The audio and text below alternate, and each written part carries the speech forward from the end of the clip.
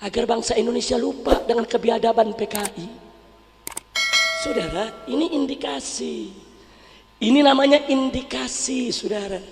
Ini merupakan korina, koroen, dilala bahwa di sana ada tangan-tangan yang sedang bermain untuk menghapuskan atau memutihkan, saudara, dosa-dosa PKI terhadap negara Republik ini, ibadah Allah. Kita lanjutkan, saudara. Sebelum reformasi tahun 1998, setiap orang yang mau menjadi pejabat publik di Indonesia, baik eksekutif, legislatif maupun yudikatif, itu ada litsus, saudara. Apa itu litsus? Penelitian khusus. Setiap calon wali kota, calon bupati, calon gubernur, calon menteri, calon anggota dewan, semua diperiksa. Ada keterkaitan apa dia dengan PKI? Bagaimana pertemanannya, bagaimana kekerabatannya, bagaimana kekeluargaannya, dan yang lebih penting, bagaimana ideologinya, saudara. Diperiksa satu persatu, diinterogasi, ditanya, diteliti, diperiksa, ditelusuri. Begitu teridentifikasi bahwa dia punya hubungan langsung ataupun tidak langsung dengan ideologi PKI, batal, tidak dilantik. Itu sebelum tahun 98, saudara.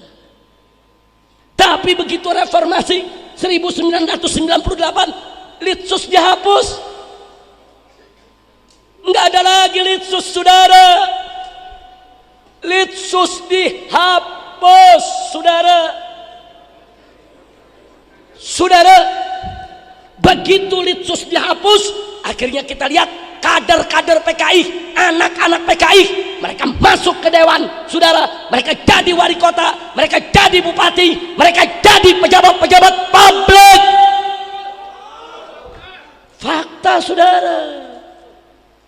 Sampai ada anggota DPR RI, saudara, dari salah satu partai menjadi ketua komisi, saudara. Begitu berhasil dia masuk ke DPR, jadi ketua komisi, dia tulis sebuah buku dengan judul "Aku Bangga Jadi Anak PKI". Bukan fitnah, fakta. Enggak sampai di situ, dia bikin lagi satu buku dengan judul "Anak PKI Masuk Parlemen". Dia mau ledek umat Islam, dia mau ledek kiai, dia mau ledek pejuang-pejuang Islam. Hei, kalian memusuhi PKI, sekarang aku jadi anggota DPR, mau apa umat Islam? Dan catat baik-baik, saudara, saat ini di DPR RI tidak kurang dari 100 anggota DPR RI teridentifikasi sedang mengusung ideologi PKI. Takbir, sallu ala nabi. Makanya kami sudah catat tuh 100 lebih nama-namanya, lengkap dengan alamatnya. Lo kok dicatat, Habib? Andai kata besok PKI khianat lagi, tinggal kita datengin potong atu-atu. Ya kita catat dulu dong alamatnya, saudara. Nah kalau kita nggak catat, besok nyarinya susah. Kira-kira jelas tidak? Karena mereka juga nyatet siapa nih musuh PKI. Oh, Habib Soleh, dicatat tuh, Beb. Dicatat. Jadi kalau mereka besok bangkit, Habib Soleh nomor 1 dipotong. Kalau saya nggak masuk daftar, udah dipotong duluan. Takbir, sallu ala nabi. Itu namanya indikasi kebangkitan PKI, saudara. Nggak sampai di situ, saudara. Mari kita lanjutkan lagi, saudara. Beberapa produser film, sutradara film membuat film-film tertentu yang ingin menyentuh simpatik masyarakat untuk bisa menyintai PKI, saudara. Film sunyi, film senyap, saudara, itu menceritakan soal, saudara, orang PKI yang menjadi berperan utama dalam film tersebut, saudara, supaya masyarakat yang nonton tertarik, simpatik, sehingga tercipta opini seolah-olah PKI itu korban, PKI itu teraniaya, PKI itu mazlum, kesian PKI, mereka tidak salah. Ini opini yang sedang dibentuk, saudara. Dan faktanya banyak anak-anak muda kita kini, saudara, merasakan PKI itu hanya korban. Mereka kesian kepada PKI, saudara. Ini yang sedang dibangun, saudara. Ini juga merupakan indikasi kebangkitan PKI. Enggak sampai di situ. Setelah mereka mendapat simpati, saudara, mereka sudah berani terang-terangan bikin konferensi pers, datang ke DPR RI, datang ke MPR. Mereka minta agar TAP MPRS nomor 25 tahun 1966 tentang pembubaran PKI dan pelarangan Marxisme, Leninisme, komunisme untuk dicabut. Mereka berani datang, saudara. Jadi mereka bukan ngumpet-ngumpet lagi, saudara, karena udah mulai dapat simpatik, saudara. Enggak sampai di situ. Saat ini mereka berani gelar siaran pers, dibantu oleh Komnas HAM, dibantu oleh Kontras, dibantu oleh Setara Institut pimpinan Hendardi, saudara.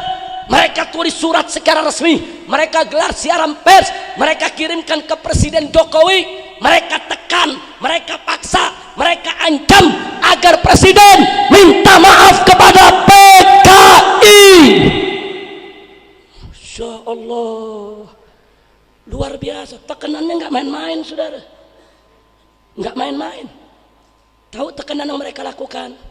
Seminggu yang lalu, pengadilan hak asasi manusia yang akan membela PKI sudah mulai digelar di Mahkamah Hak Asasi Manusia Internasional di Den Haag, saudara. Sudah digelar. Mereka mendapat simpatik dunia. Mereka katakan kami korban, kami dibantai oleh umat Islam, kami dibantai oleh ormas Islam, kami dibantai oleh para kiai dan santri, kami dibantai oleh tentara, kami dibantai oleh negara. Kami ini korban, kami dianiaya, kami dizalimi, kami minta keadilan. Dan mereka berhasil. Saat ini pengadilan hak asasi manusia baru seminggu sudah mulai dibuka, saudara. Innalillahi wa inna ilaihi raji'un. Presiden kita goyang, saudara. Ditekan kanan kiri, ditekan dalam dan luar negeri, saudara. Makanya jangan kaget. Kenapa pada tanggal 16 Agustus seluruh ormas Islam di Jakarta, saudara, dari berbagai macam elemen, saudara, NU-nya, Muhammadiyahnya, saudara, MMI-nya, saudara, HTI-nya, FPI-nya, dari semua komponen, saudara, sampai Robitoh Alawiyahnya, Al-Irsadnya, rame-rame turun di Jakarta, saudara. 500.000 umat Islam kita turunkan putihkan Jakarta tanggal 16 Agustus yang lalu. Kenapa? Karena kita ingin menyampaikan kepada Presiden, haram Presiden minta maaf kepada PKI, saudara. Takbir. Makanya saya katakan, saudara, saya katakan kepada para pejabat, kalau Presiden mau minta maaf sama PKI, tanggung, minta maaf aja sama Belanda sekalian. Minta maaf sama Belanda, minta maaf sama Jepang, minta maaf. Tanggung amat minta maaf sama PKI, minta maaf. Belanda, maaf ya, dulu kita ngelawan. Maaf ya, dulu waktu ngejajah nggak nyaman. Ayo datang lagi ngejajah nggak apa-apa. Nanti kami layani deh. Mas sekalian. Kira-kira jelas gak? Paham gak? Alhamdulillah. Jadi kami turun bukan karena rumor, bukan. Kalau rumor isu katanya Presiden mau minta maaf kepada PKI, kami nggak turun, saudara. Tapi kami dapat sumber dari istana, saudara, yang punya bukti-bukti otentik bahwa tanggal 17 Agustus yang lalu Presiden betul-betul ingin minta maaf atas nama negara kepada PKI. Maka itu kita cegah dengan menyatukan seluruh ormas Islam. Sampai hari ini alhamdulillah kita masih mampu mencegah Presiden agar tidak minta maaf kepada PKI. Sampai kapan? Wallahu a'lam. Tapi saya yakin selama umat Islam bersatu, saudara, bahu membahu, gotong royong, satukan semua potensi kita. Presiden sekalipun, jenderal yang mana sekalipun, nggak bakal bisa mengalahkan kita semua. Betul? Bila Islam bersatu, bila Islam bersatu, takbir, sallu ala nabi. Makanya umat Islam jangan ribut melulu. main tuduh-tuduhan, main kafir-kafiran, main sesat-sesatan.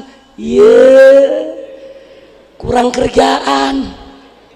Itu namanya kurang kerjaan, saudara. Enggak usah kita ribut.